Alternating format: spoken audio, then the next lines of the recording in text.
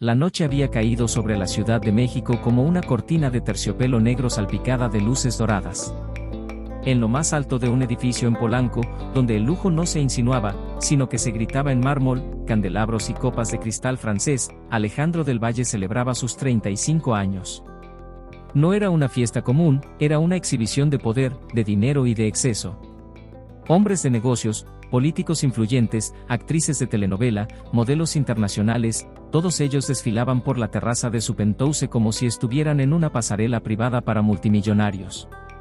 Alejandro, impecable en un traje negro a medida, con el cabello peinado hacia atrás y la barba recortada al milímetro, sostenía una copa de champán que no había probado.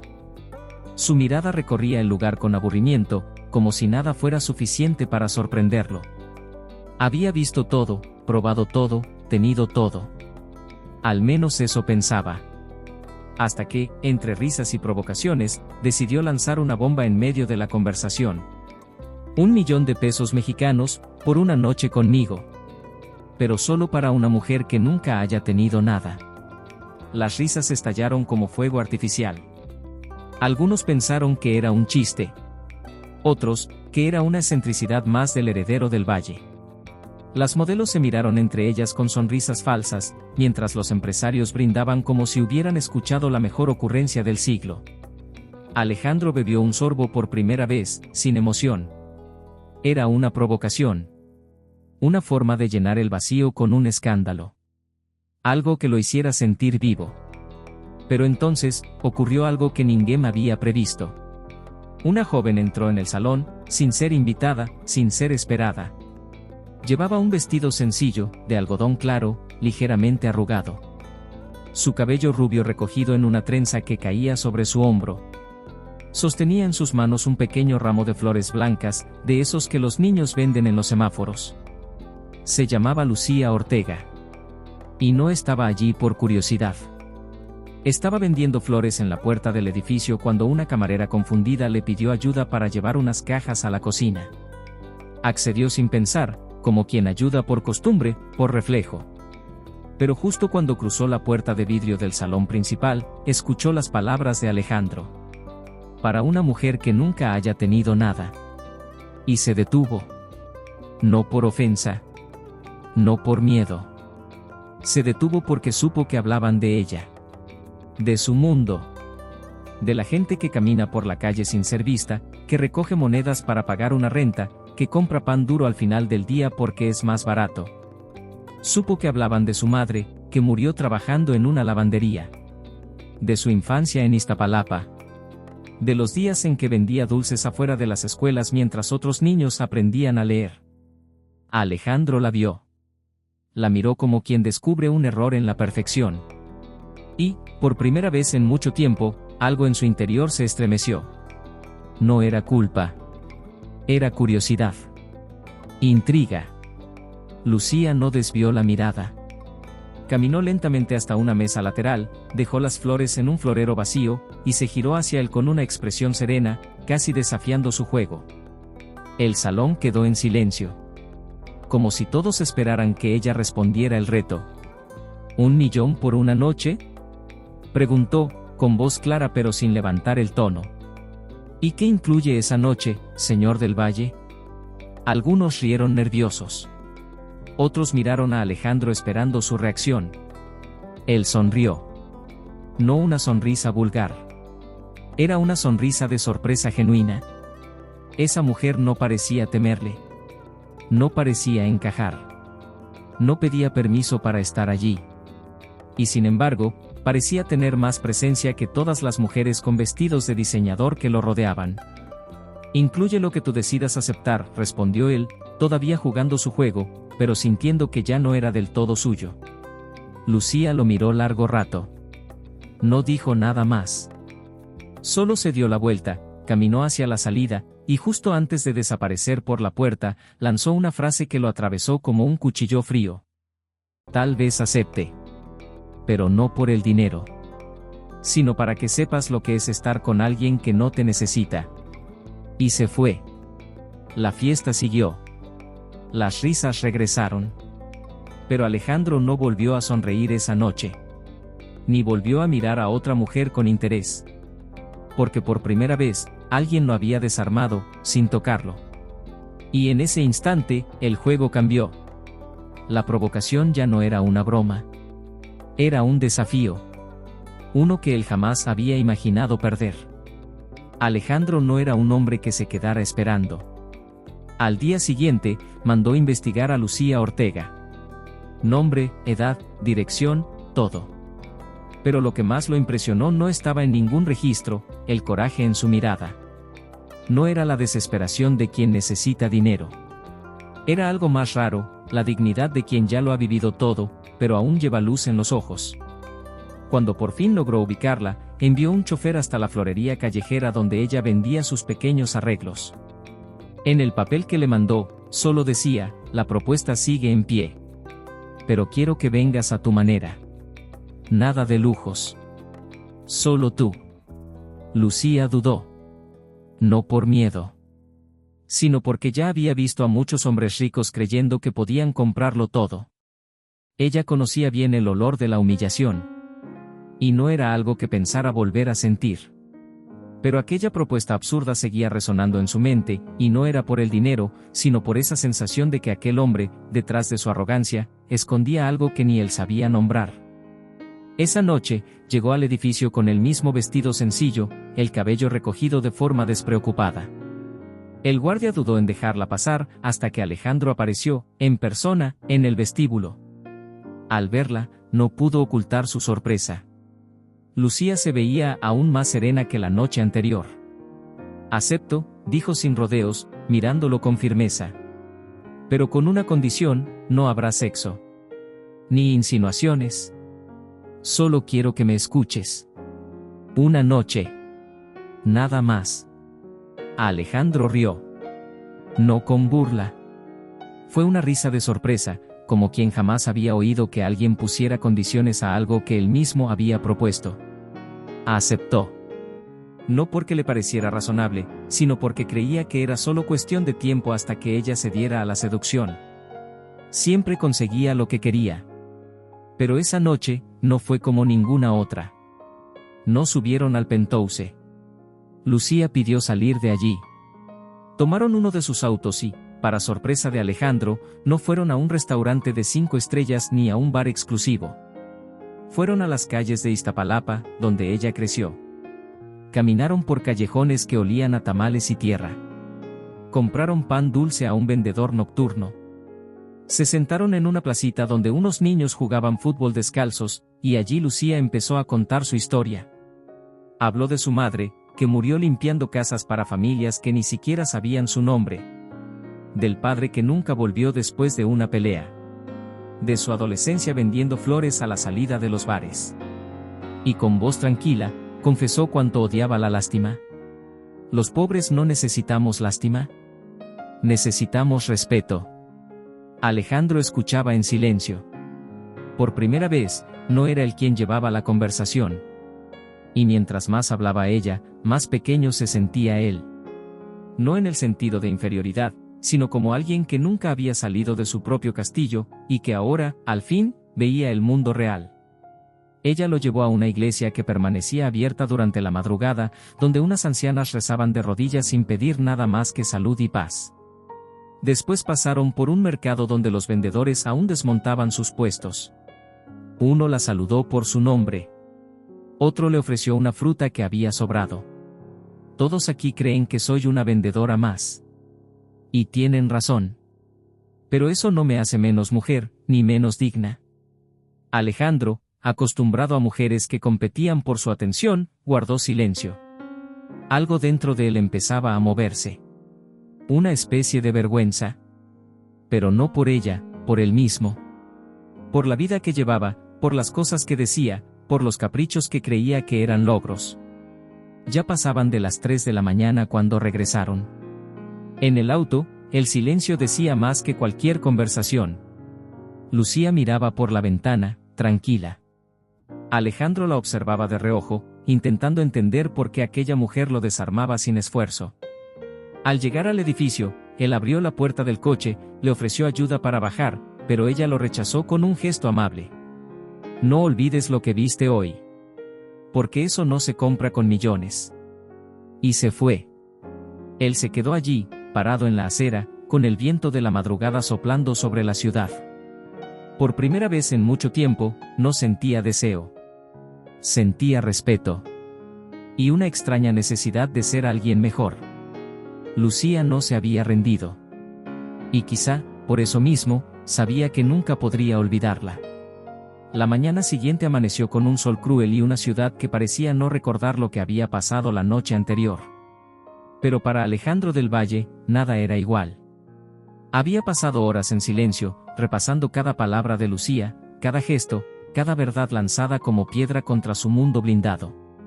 No había dormido. No por insomnio, sino porque, por primera vez en años, estaba verdaderamente despierto. Encendió el celular por rutina, sin saber que estaba a punto de entrar en el ojo del huracán. Cientos de notificaciones. Mensajes de sus socios, correos de la prensa, llamadas perdidas de su padre, de su madre, de sus abogados. Todos con el mismo propósito, control de daños.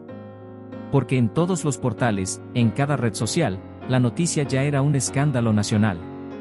Multimillonario ofrece $1 millón a una mujer humilde por una noche.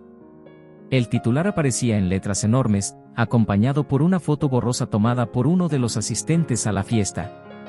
En la imagen se le veía a él, con la copa en alto, haciendo su propuesta, y a Lucía entrando justo por detrás, sin que nadie más se diera cuenta. Para muchos, parecía una escena armada.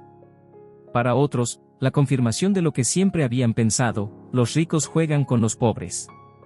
En cuestión de horas, el nombre de Alejandro se volvió tendencia, pero no por sus logros empresariales, sino por su arrogancia. Y Lucía.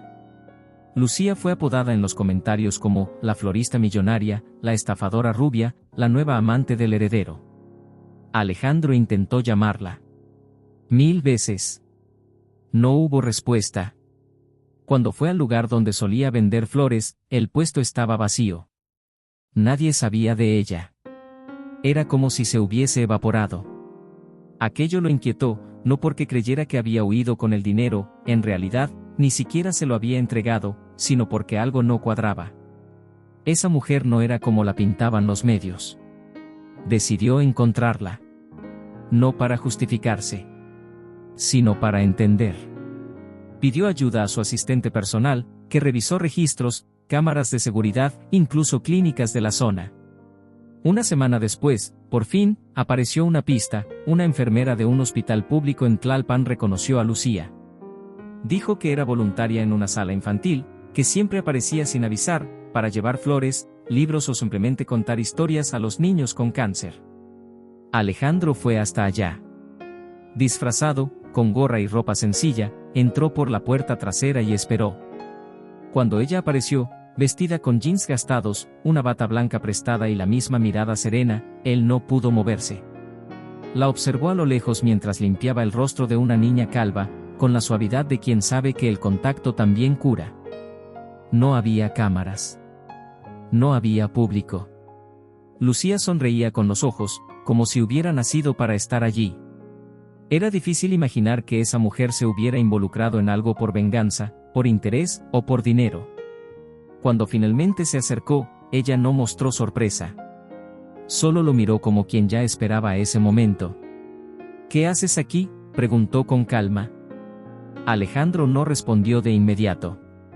Su mirada recorrió el lugar, el olor a alcohol hospitalario mezclado con el de las flores improvisadas en una esquina.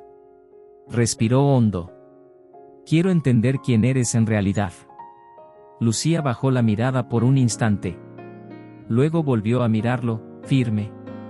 Soy alguien que no acepta caridad. Ni limosnas. Ni juegos. Y tú no sabías lo que estabas haciendo. Pero yo sí. Antes de que él pudiera preguntar qué quería decir con eso, una enfermera llamó a Lucía para ayudar con otro paciente. Ella se despidió con un gesto breve y se fue, dejando a Alejandro con $1 millón de preguntas y un nudo en el pecho que no sabía cómo explicar. Volvió a casa siendo otro. Mandó cancelar compromisos. Ignoró llamadas de la familia. Y se sumergió en los archivos que su asistente había reunido sobre ella. Fue entonces cuando encontró algo que lo dejó paralizado: una antigua causa por estafa. Según los registros, Lucía Ortega había sido acusada, años atrás, de haber engañado a una señora rica con supuestas inversiones en plantas medicinales. Pero al leer el expediente completo, Alejandro descubrió que la historia era mucho más compleja. Lucía había sido utilizada como testaferro por un hombre mayor, un exnovio abusivo, que falsificó documentos a su nombre. Durante el juicio, fue absuelta por falta de pruebas, pero su reputación quedó marcada. Esa revelación lo dejó en silencio por largos minutos. De pronto, todo comenzaba a tener sentido. Su firmeza. Su desconfianza. El motivo por el que no aceptó el dinero. Lucía sabía que el mundo no da segundas oportunidades a quien viene de abajo. Pero aún con ese pasado, aún con las mentiras que la rodearon, ella eligió donar su tiempo en un hospital, vender flores en la calle, sonreír con los ojos, resistir a los atajos. Y entonces Alejandro lo entendió, no era él quien la estaba salvando. Era ella quien le mostraba que todavía existía algo auténtico en un mundo lleno de apariencias. Esa noche, escribió algo en su diario, algo que no hacía desde hacía años. La mujer a la que todos llaman farsante es la única verdad que he conocido en mucho tiempo. Julián del Valle, su padre, no era un hombre dado a la paciencia. Había construido el imperio bancario con puño de hierro, y no estaba dispuesto a dejar que una mujer de la calle, como la llamaban sin pudor, arruinara décadas de prestigio e influencia. Para él, los sentimientos eran debilidades que se enterraban con talonarios de cheques. El apellido era sagrado. La imagen, intocable. Y Alejandro, su hijo mayor, era el heredero preparado para continuar ese legado, hasta ahora. ¿Una florista voluntaria, eso es lo que elige sobre una vida entera de privilegios?, preguntó Julián en una reunión privada, con voz firme y mirada de acero. Alejandro no respondió de inmediato.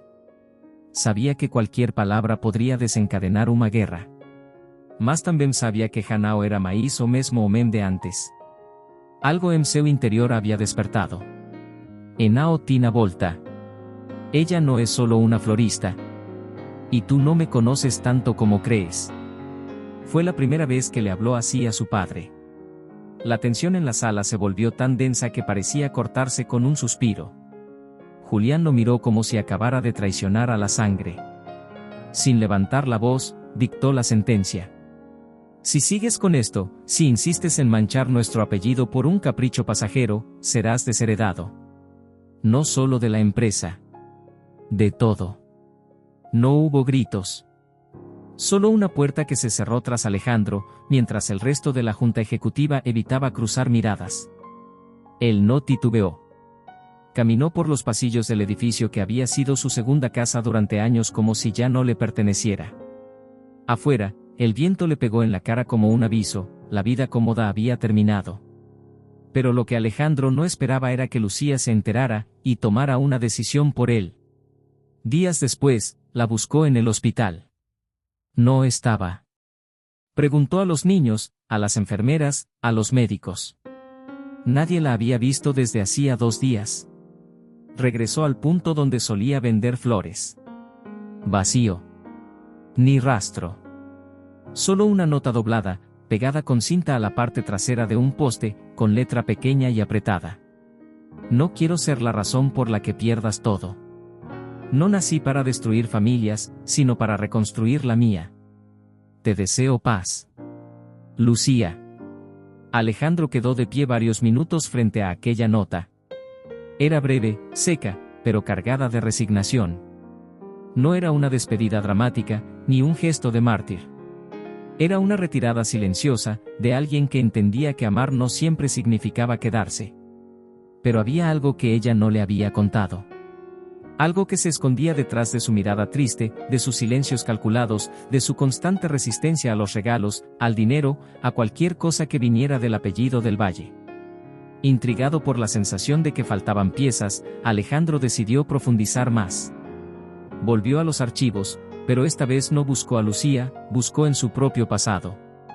Entre documentos antiguos de la empresa, encontró el nombre de una ex empleada, Reina Ortega, quien había trabajado como asistente de limpieza en una de las casas de la familia cuando él era niño. El archivo señalaba que Reina había sido despedida tras ser acusada de robo. Unas joyas desaparecidas. Caso cerrado. Ninguna denuncia formal. Solo una nota interna de incidente solucionado. Alejandro nunca había oído hablar de aquello. Pero la coincidencia del apellido le heló la sangre. Volvió a revisar los registros legales. Encontró una dirección antigua, en una colonia olvidada, y fue hasta allá. La casa estaba abandonada. Pero la vecina, una señora mayor que regaba plantas en la banqueta, lo reconoció de inmediato, no por ser famoso, sino por los ojos. ¿Usted es hijo del señor del Valle? Reina hablaba mucho de ustedes, sobre todo de los niños. Alejandro sintió un nudo en la garganta. ¿Ella tenía una hija?, preguntó. La mujer asintió con tristeza. Sí. Lucía. Tenía unos 9 años cuando todo pasó. Reina nunca volvió a ser la misma después de eso. Con el corazón encogido, Alejandro comenzó a armar el rompecabezas. Lucía no era solo una mujer fuerte que había sobrevivido a la pobreza. Era hija de una mujer acusada injustamente por su propia familia. Había crecido viendo el apellido del Valle como sinónimo de injusticia. Y aún así, no se había vengado. Se había acercado, sí. Pero no por odio. Sino por algo más profundo, por necesidad de entender, de sanar, de dignificar la memoria de su madre. Y, aún con ese pasado, cuando él lo perdió todo, ella se alejó, para no hacerle daño. Esa noche, Alejandro no durmió. Se sentó en el borde de la cama, con la ciudad brillando a lo lejos, y comprendió que nunca había amado a nadie como a ella. Porque Lucía no era una mujer perfecta. Era una mujer real. Y eso la hacía infinita. Las piezas empezaban a encajar como en un rompecabezas que Alejandro jamás imaginó haber tenido entre manos. Durante años había vivido rodeado de historias a medias, de empleados que venían y se iban sin dejar rastro, de decisiones tomadas por otros en su nombre. Pero ahora, todo cobraba sentido. Lucía Ortega no había aparecido en su vida por azar. Ella venía de un rincón olvidado de su propio pasado. Uno que su familia había enterrado, y que ella, silenciosamente, estaba intentando desenterrar. Después de confirmar que Reina Ortega había trabajado para los del Valle, Alejandro no pudo quedarse quieto. Necesitaba saber más. Volvió a la vieja mansión familiar de Cuernavaca, donde su familia pasaba los veranos cuando él era niño. La casa estaba vacía, pero intacta. Polvo sobre los muebles de mármol, cortinas cerradas, retratos en las paredes. Caminó por los pasillos con una sensación extraña, como si cada rincón susurrara verdades que habían sido silenciadas. En el antiguo archivo, encontró una caja con documentos de empleados. Fichas, cartas, nóminas. Entre ellas, estaba la de Reina Ortega. Nombre completo, dirección, fecha de ingreso y salida. Lo que llamó su atención fue una nota escrita a mano por su abuela, en tinta azul, despedida sin escándalo. Guardar discreción. Alejandro sintió un escalofrío. Recordó entonces una escena lejana, borrosa, de su infancia. Una noche en la que él se había despertado por gritos en la casa. Bajó las escaleras en pijama y vio a su padre discutiendo con una mujer en la cocina. La mujer lloraba. Tenía una trenza larga y sostenía una bolsa con ropa. Era Reina. Su madre lo vio en la escalera, lo subió en brazos y le dijo: «No es asunto tuyo, mi amor. Vuelve a dormir». Y así lo hizo. Hasta hoy. Ahora entendía que aquella noche no fue cualquier cosa. Fue el día en que Reina Ortega fue acusada injustamente. Y el día en que Lucía, de apenas 9 años, presenció cómo su mundo se desmoronaba. Con esa imagen quemándole el pecho, Alejandro volvió a buscarla. Recorrió hospitales, centros comunitarios, refugios. Nada. Hasta que, finalmente, una trabajadora social le dijo que había visto a Lucía hace una semana, entregando libros en una biblioteca de barrio. No tenía dirección, pero sí un nombre: Casa Esperanza. Cuando llegó a ese lugar, una construcción humilde pero cuidada, con paredes pintadas de colores vivos y dibujos infantiles en las ventanas, algo en su pecho se rompió. Lucía estaba allí, sentada en el suelo, rodeada de niños que escuchaban atentos una historia que ella contaba con voz suave. No lo vio entrar. pero cuando lo hizo, se quedó en silencio. Los niños protestaron: sigue contando, Lucía, pero ella les sonrió y les dijo que volvería más tarde. Salió al patio, donde Alejandro la esperaba bajo un árbol. Así que sabías quién era yo desde el principio, dijo él, sin rencor, pero con tristeza. Lucía no lo negó. Lo miró con los ojos firmes, pero heridos. Sí. Sabía quién eras. Y por eso no acepté el dinero. Por eso no me quedé. Alejandro bajó la mirada. ¿Te acercaste a mí por venganza? Ella negó con la cabeza. Al principio, sí quería algo. Justicia, tal vez. Pero luego, ya no. Te vi como persona, no como un del Valle. Y eso fue lo que me asustó. Porque no esperaba sentir lo que sentí. Alejandro sintió un nudo en la garganta. ¿Y por qué no me lo dijiste? Lucía suspiró. Porque no quería que pensaras que todo era una trampa. Porque en el momento en que empecé a amarte, supe que no podía quedarme. No si eso significaba que tú perdieras todo por mí. Hubo un silencio largo entre los dos. El tipo de silencio que no es vacío, sino lleno de todo lo que nunca se dijo. Mi madre murió creyendo que había fallado, dijo Lucía de pronto. Y yo crecí queriendo demostrar que no era verdad. Que nosotros también valíamos. Que no todos los del Valle eran iguales. Alejandro se acercó lentamente. No la tocó. Solo la miró. Quiero demostrarte que tú tampoco eres como los demás. Que no necesito mi apellido para ser alguien. Solo necesito que no te vayas. Lucía cerró los ojos un momento. Las lágrimas no cayeron. Había aprendido a contenerlas. Pero su respiración tembló. No me pidas quedarme si todavía no sabes lo que estás dispuesto a perder. Y Alejandro supo que la única forma de no perderla era estar dispuesto a perder todo lo demás. Las redes sociales son como incendios, una chispa basta para que todo arda. Lo que comenzó como una nota en un portal de chismes se había transformado en un fenómeno nacional. Había debates en la televisión, memes, teorías de conspiración. El nombre de Alejandro del Valle, antes sinónimo de poder y discreción, ahora aparecía en cada titular acompañado de la palabra escándalo. Pero lo más grave no era el rumor. Era la prueba. Un video se filtró.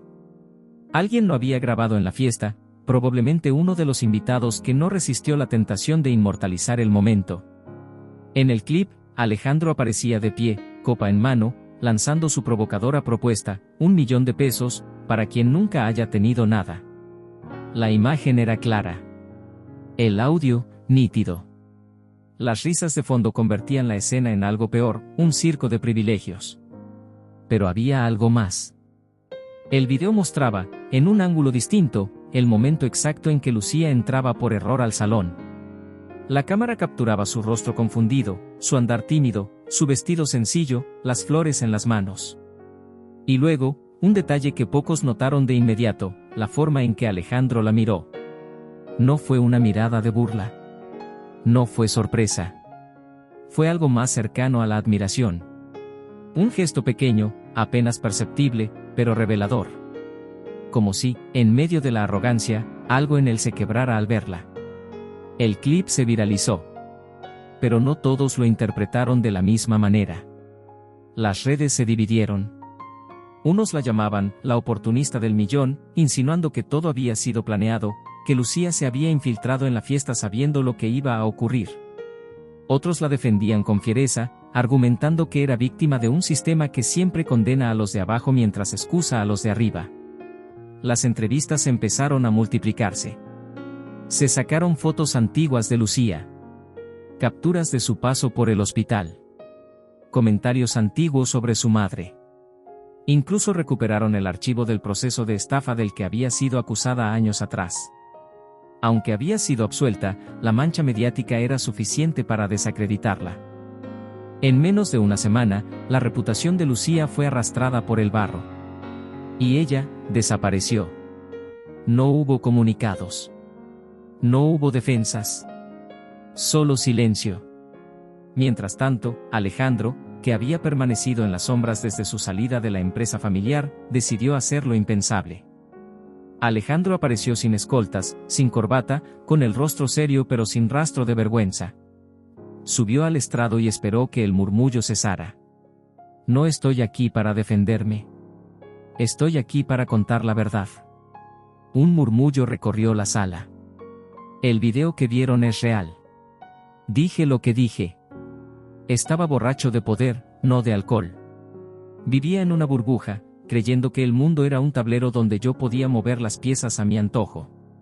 Hasta que ella apareció. Pausa. Nadie respiraba. Lucía Ortega no se acercó a mí por interés. Fue yo quien la arrastró a este escándalo. Y aún así, ella fue la única que se comportó con dignidad. Algunos reporteros comenzaron a tomar notas con frenesí. Otros levantaban la ceja, desconfiados. Sí, ella conocía mi apellido. Sí, su madre trabajó para mi familia. Y sí, fue despedida injustamente. Pero Lucía no buscaba venganza. Ni dinero. Buscaba justicia. Y lo hizo con la frente en alto, sin robar, sin mentir, sin traicionar. Todo lo contrario a lo que el mundo cree. Tomó aire. El siguiente paso era el más difícil. Estoy enamorado de ella. Un silencio absoluto llenó la sala. Como si las paredes mismas se negaran a hacer eco de semejante declaración. Y si alguien debe pagar por esto, que sea yo. No ella. Luego se marchó. No respondió preguntas. No aceptó entrevistas. Cerró la puerta tras de sí con la misma calma con la que había abierto su corazón ante un país que, hasta ese día, lo había visto como un símbolo intocable. Las reacciones no tardaron en llegar. Algunos lo tacharon de ingenuo. Otros de valiente. Los medios más sensacionalistas titularon, Alejandro del Valle, del banco al corazón. Las redes ardieron de nuevo. Pero esta vez, algo cambió. Muchas personas empezaron a ver a Lucía con otros ojos. La narrativa se rompió. Y, por primera vez, el juicio popular comenzó a inclinarse a favor de la verdad. Pero había un problema, Lucía no estaba para ver todo eso. Se había ido. Se había ocultado. Y no respondía a llamadas, ni mensajes, ni visitas. Alejandro volvió a recorrer cada rincón donde alguna vez la había encontrado. La floristería callejera, el hospital, la biblioteca, la casa de la vecina. Nada. Como si el amor confesado ante el mundo hubiera sido demasiado para ella.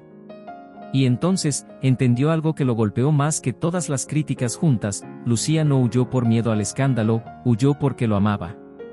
Y porque no quería que su sombra destruyera lo poco limpio que quedaba en su historia. Después de la conferencia de prensa, Alejandro del Valle no volvió a casa. No regresó a su departamento en Polanco, ni al hotel donde se hospedaba desde que dejó la mansión familiar. En su lugar, tomó su coche y comenzó a manejar sin rumbo fijo por la ciudad. Cruzó avenidas, barrios olvidados, calles estrechas donde nunca antes había puesto un pie. Se detuvo en puestos callejeros a preguntar por ella, mostró fotos a desconocidos, visitó iglesias, hospitales, centros comunitarios. Cada negativa le dolía como una herida abierta. Nadie había visto a Lucía.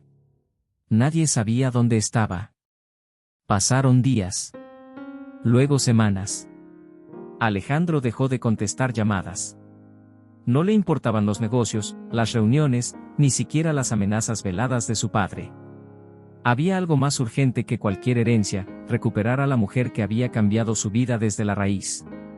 Una noche, bajo la lluvia, estacionó su coche frente a un pequeño refugio en la periferia sur de la ciudad. Se llamaba Nueva Luz. Era un lugar humilde, con paredes descascaradas, una puerta de metal oxidado y una luz amarilla parpadeando en la entrada. No tenía certeza de por qué había llegado allí. Solo había seguido una pista suelta. Un voluntario del hospital infantil mencionó que Lucía había hablado una vez de ese lugar. Fue suficiente. Entró con el corazón en la garganta. El interior olía a sopa caliente, a ropa mojada, a esperanza desgastada. En el pequeño salón central, algunas mujeres acomodaban colchonetas, doblaban mantas, acunaban bebés. Y en un rincón, sentada en el suelo con un niño dormido sobre sus piernas, estaba ella. Lucía. Su cabello rubio estaba recogido en un moño desordenado. Su rostro lucía cansado, pero sereno. Vestía ropa sencilla y sus pies descalzos descansaban sobre una alfombra vieja. El niño abrazado a su pecho tenía unos 5 años, piel morena, cabello rizado y una manita aferrada a su blusa. Dormía profundamente. Alejandro no pudo moverse. Durante largos segundos, solo la observó. Cada latido de su corazón golpeaba como un tambor en el pecho. No necesitaba una gran revelación para entender lo que veía. Ese niño no era su hijo. Pero era su familia. Lucía levantó la mirada. Al verlo, no se sobresaltó. No hubo lágrimas, ni sonrisas. Solo un suspiro. Como si supiera que tarde o temprano él la encontraría. ¿Cómo me encontraste?, preguntó en voz baja. No lo sé.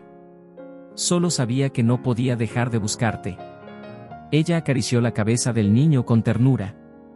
Él se llama Matías. Es el hijo de mi expareja.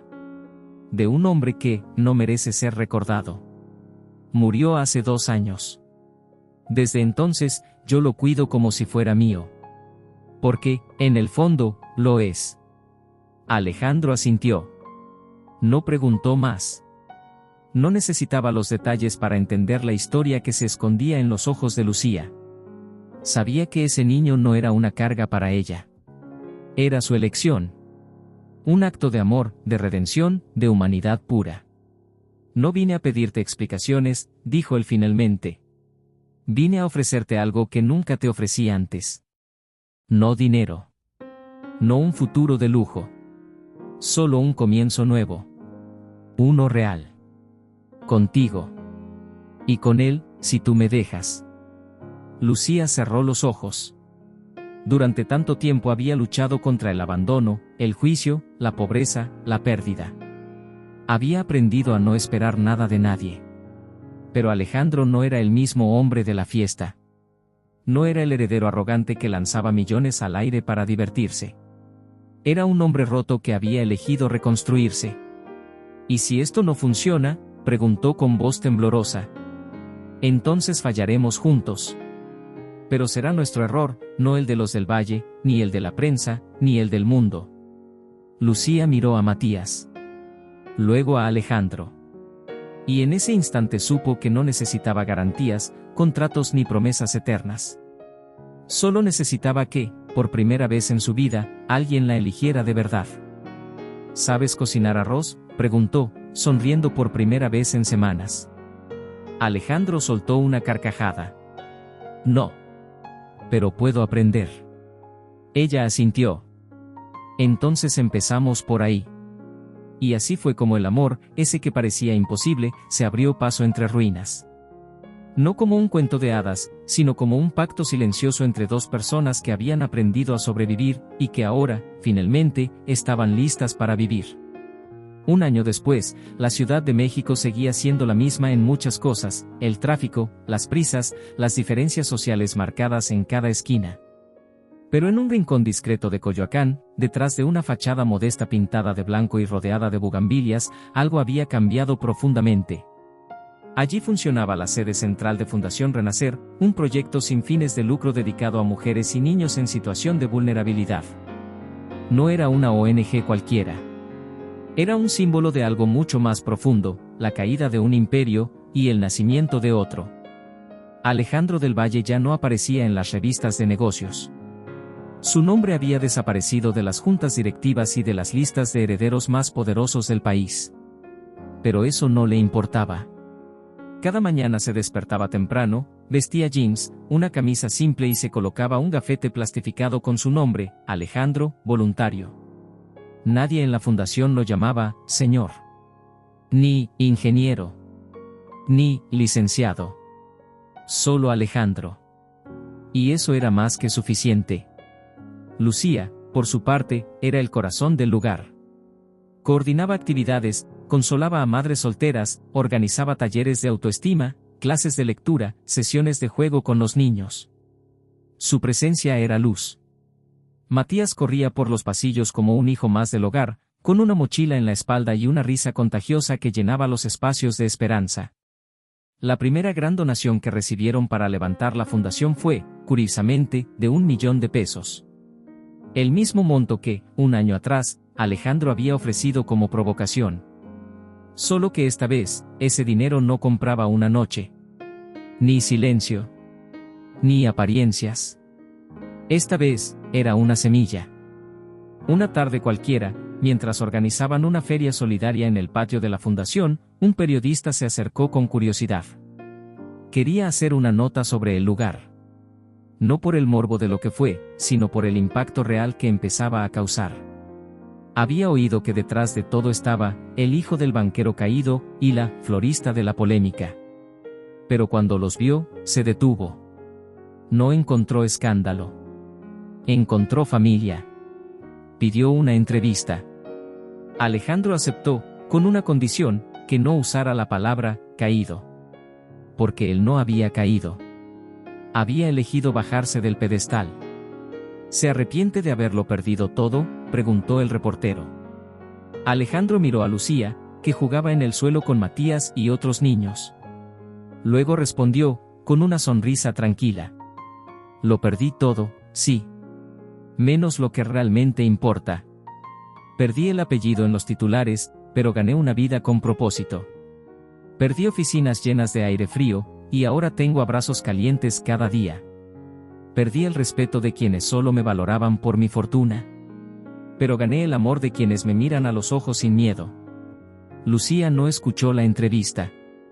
No le gustaban los focos. Nunca lo hicieron. Pero esa noche, cuando todos se habían ido, se sentaron juntos en el tejado de la fundación, con una taza de café entre las manos, y hablaron en voz baja, como siempre lo hacían cuando el ruido del mundo quedaba atrás. ¿Crees que nuestra historia fue demasiado loca para ser verdad?, preguntó ella.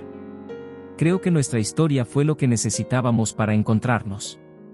Si no hubiera pasado como pasó, tal vez nunca nos habríamos visto de verdad. Lucía apoyó la cabeza en su hombro. El cielo sobre ellos estaba claro, lleno de estrellas que parecían nuevas. ¿Y si un día el pasado vuelve a golpear? Alejandro la abrazó. Entonces lo enfrentaremos juntos. Como siempre.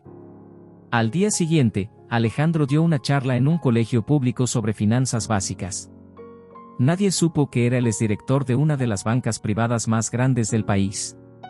Solo vieron a un hombre que hablaba con sencillez, que explicaba cómo hacer un presupuesto familiar con ejemplos de tortillas, útiles escolares y renta compartida. Al final, una niña le regaló una carta de papel doblada en 4. Decía, gracias por hacerme sentir que yo también puedo.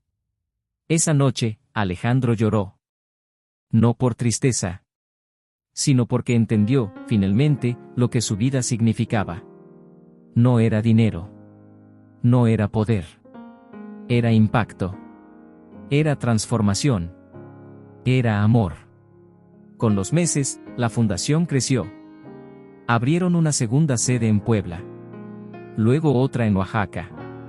La red de apoyo ya había ayudado a más de 100 mujeres a salir de relaciones abusivas, a encontrar empleo, a recuperar la autoestima. Más de 200 niños habían sido vacunados, alimentados, educados. Todo gracias a esa primera noche, a esa provocación absurda, a ese 1 millón de pesos que, al final, no compró un cuerpo, sino despertó un alma. Y aunque algunos todavía recordaban a Alejandro del Valle como el heredero polémico que renunció a todo por amor, los que realmente lo conocían sabían la verdad, él no renunció. Eligió. Y en esa elección, encontró algo que ni todo el dinero del mundo podía dar, una familia, una causa y un legado que no llevaría su apellido, pero sí su alma.